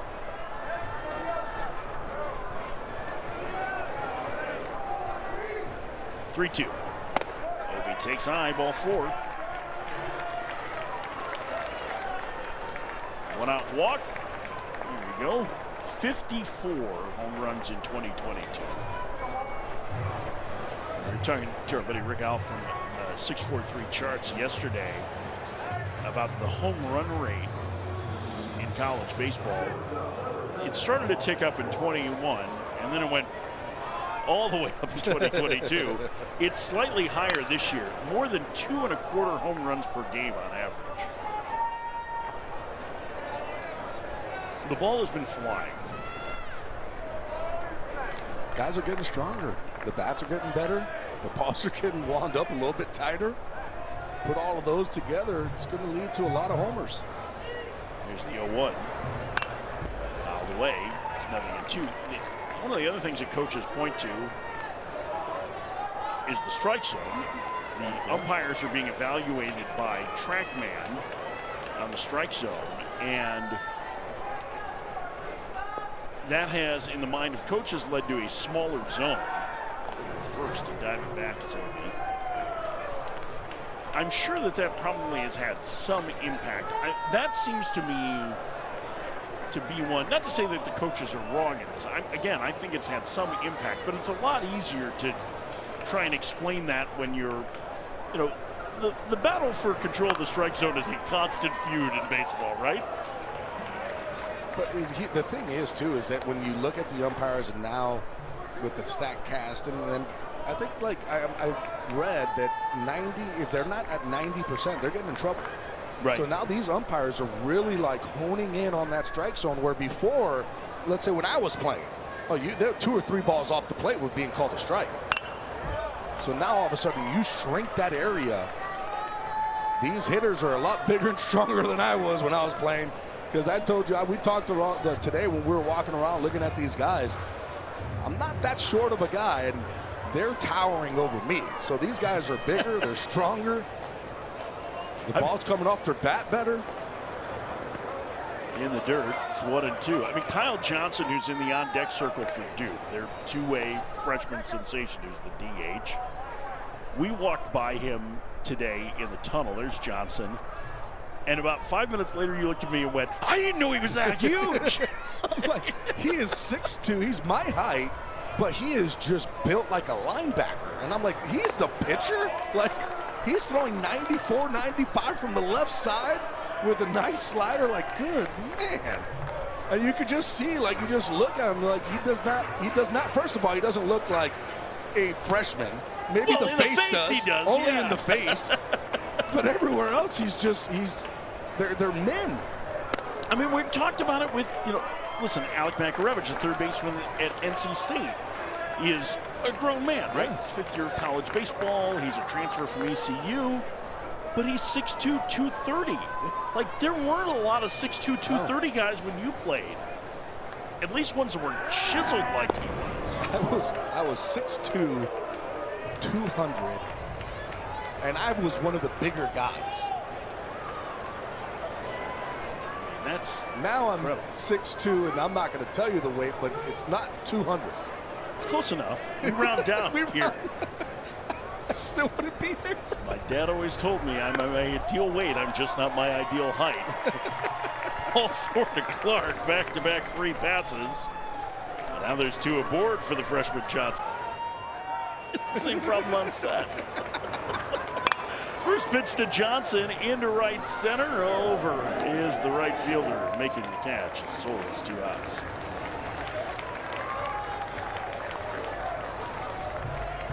That'll bring up Zach Morris. Yeah, but Danny Graves likes to go in there when we're there, and he's hanging out. Now we're in the booth. He's outside. I got some bad news for you. It ain't about us. It's about the air conditioning. There's air conditioning in that suite. Well, it might be a little me. Might be. Look at that, the light zephyr blowing just a couple of Danny's hairs there. First pitch to Morris. Upstairs. 1-0. Zach Morris changed this game with a grand slam in the 5th inning. His 3rd homer already in this tournament. He's knocked in 9. The pitch.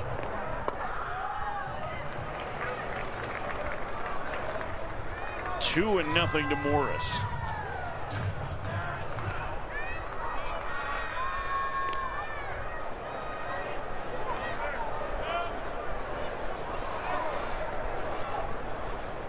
The pitch. Upstairs, it's 3-0. I think they're going to let Morris swing here on 3-0. If he gets a good fastball down the middle, I can see him swinging. I wouldn't be surprised. And just a reminder, the 10-run rule is in effect here in this tournament, and so those runs are on base. Takes a strike. It's 3-1. Maybe he wasn't swinging. Well, even if you have the green light, right? You got to be comfortable. You know what, though? I did not like swinging 3-0. I just didn't like it. In my own head, I would rather see the pitch, because usually on 3-0, you're going to get the same thing 3-1. So I wanted to make sure I was able to time up on 3-0. Now, I would act like I was swinging. I would get in there, I would dig in, just like if it was a regular AB. I wouldn't do the whole bunt thing. Chris Pollard's out to talk to home plate umpire. He said Morris called time. That's the 2nd offensive timeout, and that was not an explanation that Chris Pollard seemed to appreciate. So that's the 2nd offensive timeout for Duke.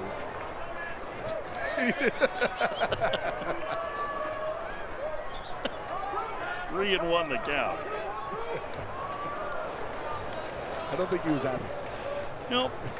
Actually, they called a strike on a 3-2. Upstairs, ball 4. Oh, they did a pitch violation, a clock violation. Because it was a late timeout? Yep. Oh, that must have been why he rolled his eyes then. Because but we never saw, at least I didn't see Barry Chambers point to his wrist. No. It doesn't matter either way because it's a walk. But that would explain why Chris Pollard was not upset, was not happy. Clint Chrysler is going to come out to the mound.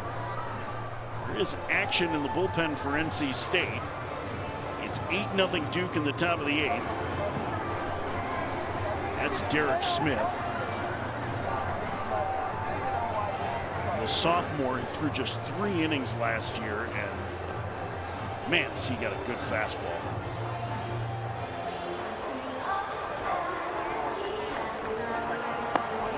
Chrysler taking his time. His fastball moves like it's changing 3 lanes at a time. Like it's starting in the left and getting all the way over to the shoulder. Man. And it's hard, too. Yeah. This is the guy that doesn't get the same attention because he's a sophomore, right? But he only threw 3 innings last year, and I really love his fastball. That one bounced foul by Ben Miller. It's 1-1. It's 8-0 Duke in the top of the 8th. Duke, with a base hit here, could bring the run rule into effect.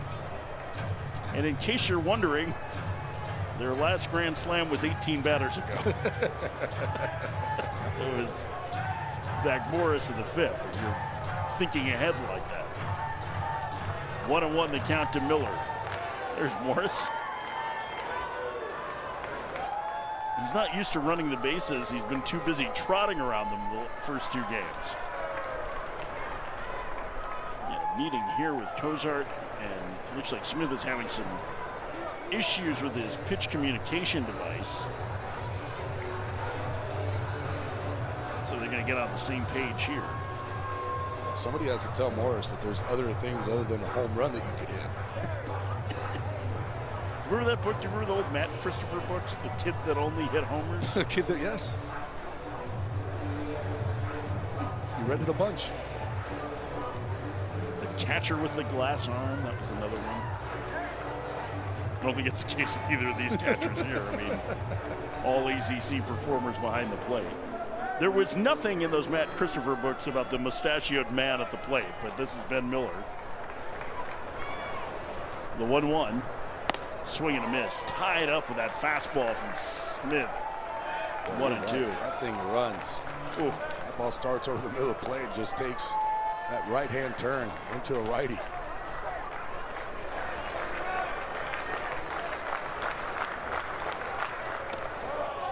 Checks and takes low. 2-2 the count to Miller.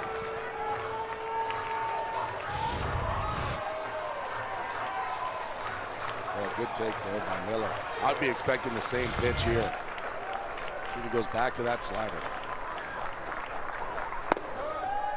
Did missed low. And the count is full, and so the runners will be on the move here with 2 outs. Duke with 4 home runs and 8 runs scored in this one, all on homers. Shift on for Miller, big hole in the right side. Runners move, the payoff. Swinging a liner, right center field, on the move, Souls dives, and he hauls it in. What a catch from Noah Souls to keep NC State in this game for now. Duke lead off a little bit over the last inning or so. And the first pitch from Tim Noon to Alex Sosa's lined into center field for a base hit.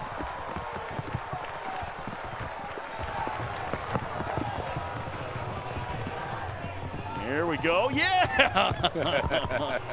Well, she kind of banged her head on the ground. I hope she didn't bite her lip. Yes. Oh, there we go.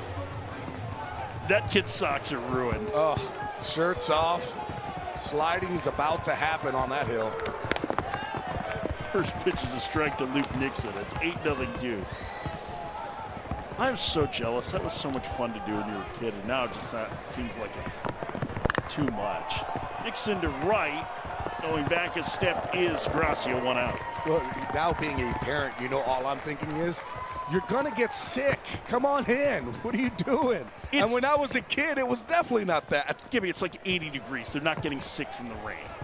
I'm telling you, as a parent, that's the thought process that goes in your head. You're going to get sick. Get in here. I don't want to have to deal with that. Wipe your feet. Do not let the dog roll in them. No, don't let him roll in them. Oh. Pitch inside to Matt Evener. Yeah, I got a text from my wife saying, oh, by the way, the dog jumped in the pool.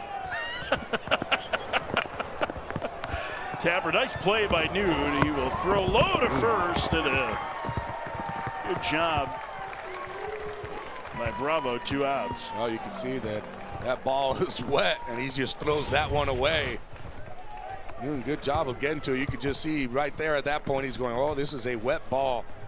Nice job by Bravo, just keeping his body there and just trying to catch it. He wasn't even trying to pick it. 2 outs, nobody on for Noah Souls, who made that great diving catch that helped to ensure that this game would continue. And he lines that one to left. Going back is Cruson. He's got it measured, and the inning is over. Leadoff single, man stranded. We go to the 9th, 8-0 Duke. As they hit in the top of the 9th, A.J. Gracia to lead things off. Gracia, one of the 4 Duke homers, takes a strike. It's 0-1.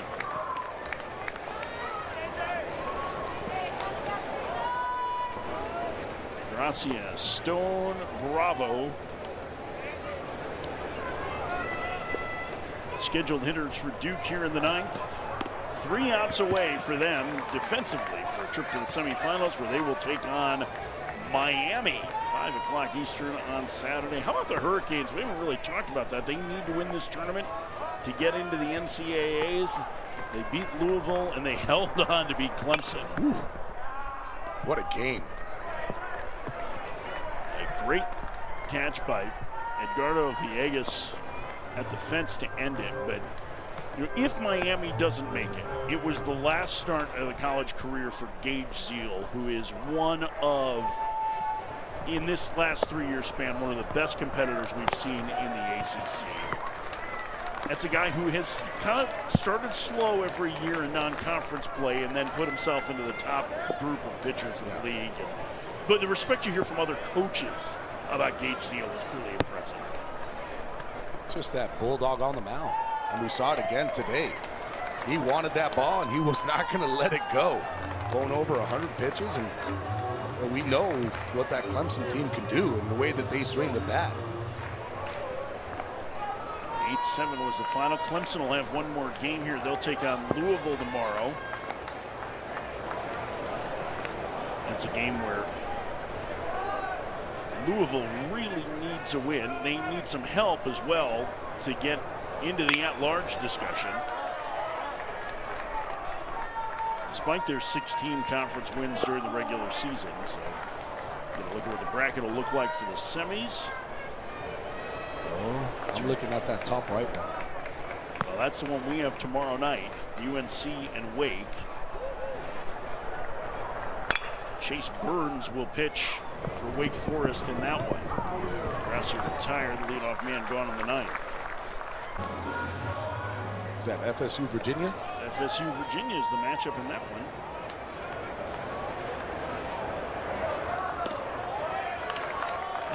It's been so long since Florida State has played, I had to remember who Virginia was playing. And the only reason why I knew that. that, to be honest with you, is because I covered that last Virginia game, and if they won, they were going to be that 4 seed, and FSU was going to be the 5.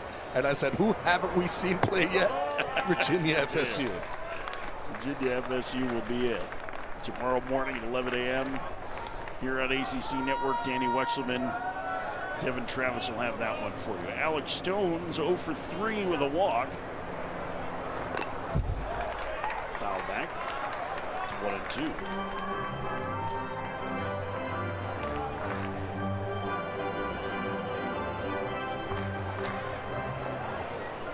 It's starting to look more and more like it'll be NC State's last game here. Their next appearance will be in regionals next weekend, and the odds are overwhelming that is going to go through Raleigh.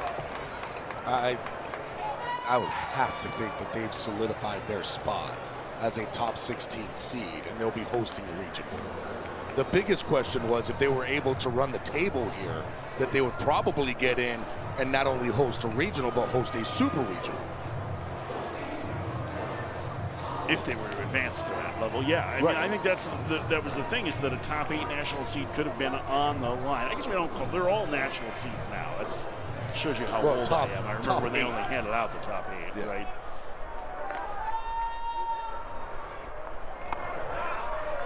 That one misses. And count 3-2. NC State is 13th in the RPI. They really shouldn't lose much. If they lose this game to Duke, Duke is 22nd coming into tonight.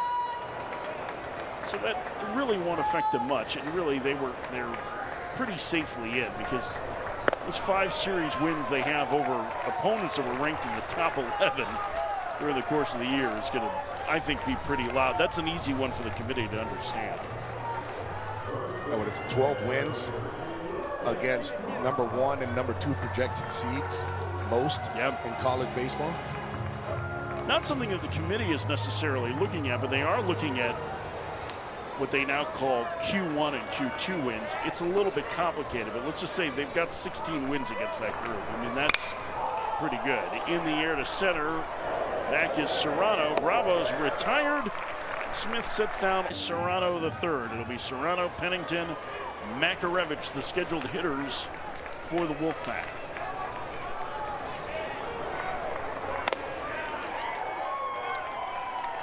Nothing in 1.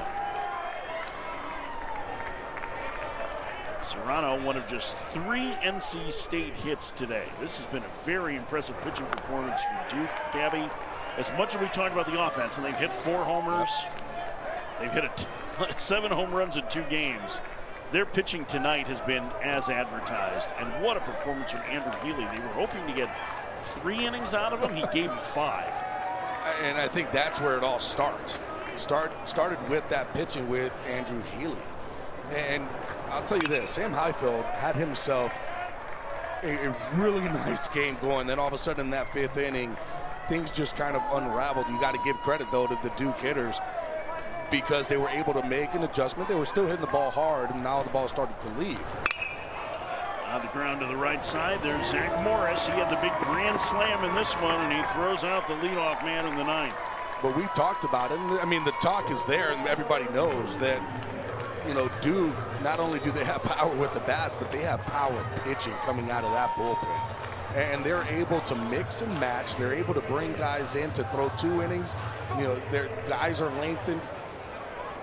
It's a tough team. It's one of those teams that when you see them in your bracket, no matter where it is, whether they're hosting or not, you're saying, this is not going to be fun. We've seen how good their bullpen is today. The one thing that's kind of lurking for Duke is they've been without their ace, Jonathan Santucci, the last 2 weeks because of it's a side injury, I would say. It's not really clear if it's a rib cage or an oblique.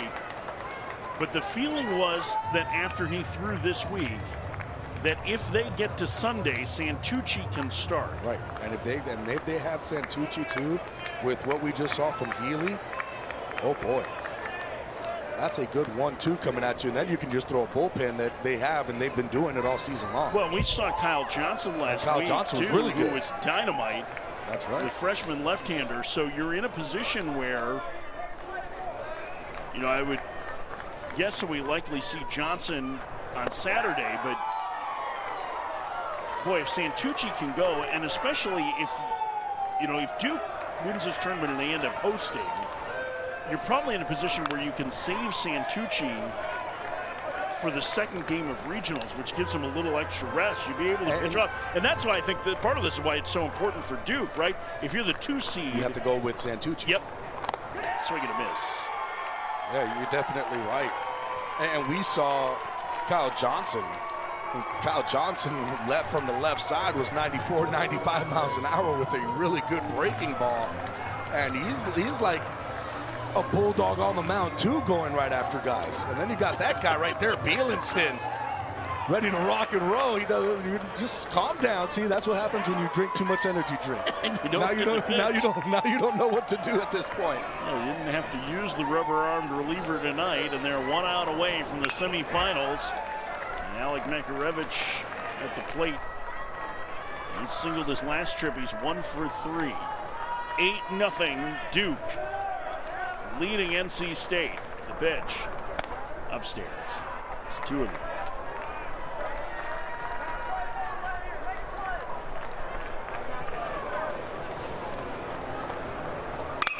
Liner into left field, and Makarevich keeps it alive. 6 hits in 2 games for Alec Makarevich. He's been on base 8 of his 10 plate appearances. And not only that, not only what he's done with the bat, what he's done with the glove at third base. I mean, just don't hit the ball over there and then don't pitch to him. He has been outstanding on both sides. 2 outs, man at first. Here's Jacob Cozart, 0 for 3. I haven't had much of a chance to talk about the NC State catcher, but he's their cleanup hitter. He's had a really solid year offensively. He's an excellent defensive catcher. And he takes a strike. Count 1-1.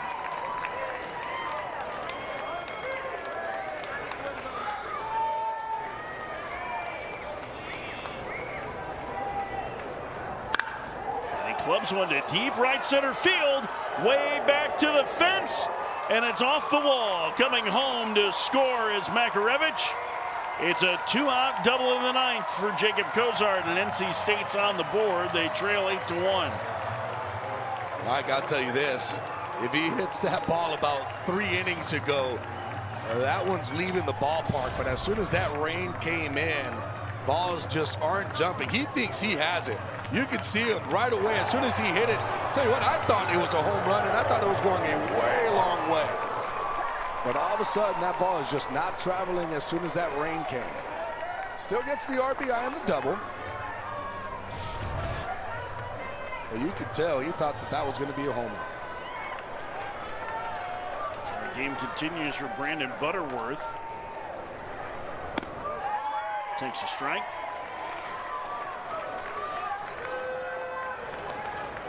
Oh, 0-1.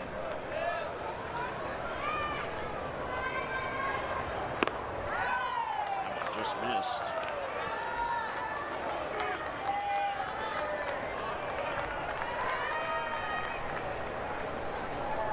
The delivery. strike on the outside corner, and now NC State down to their final chance tonight, trailing 8-1 in the ninth. Pitch popped up, right field, in the corner, over is Gracia. He'll make the leaping catch, and Duke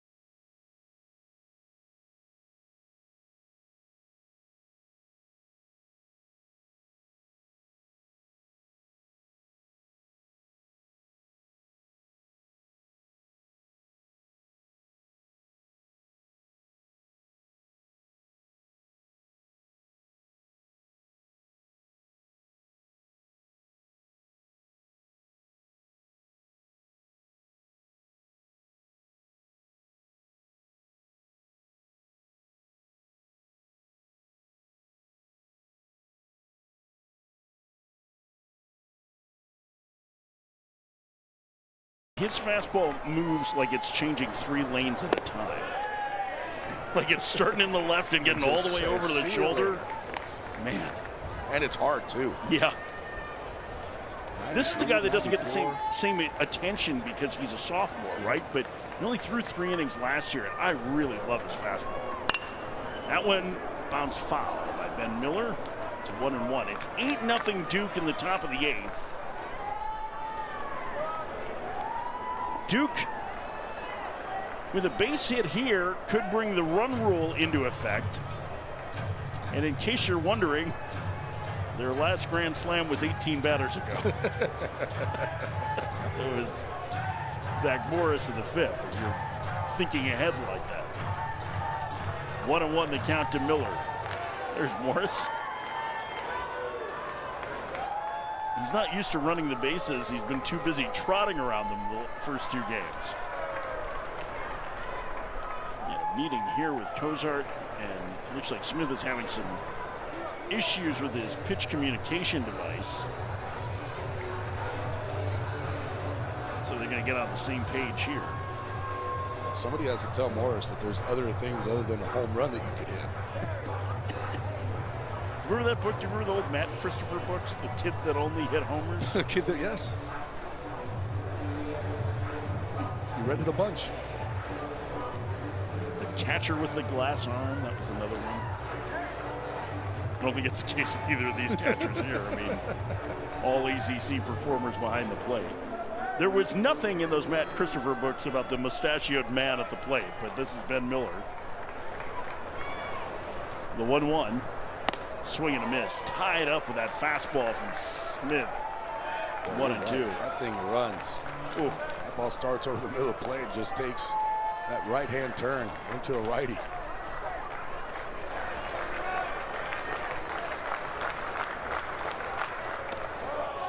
Checks and takes low. 2-2 the count to Miller.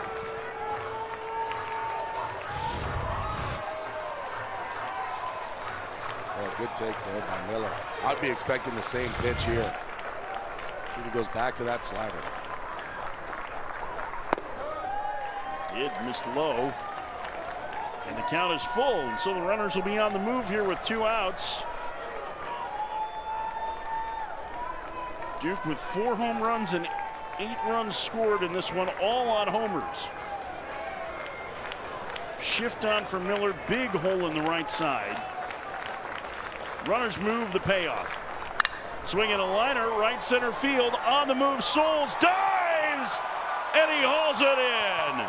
What a catch from Noah Souls to keep NC State in this game for now. Duke leads.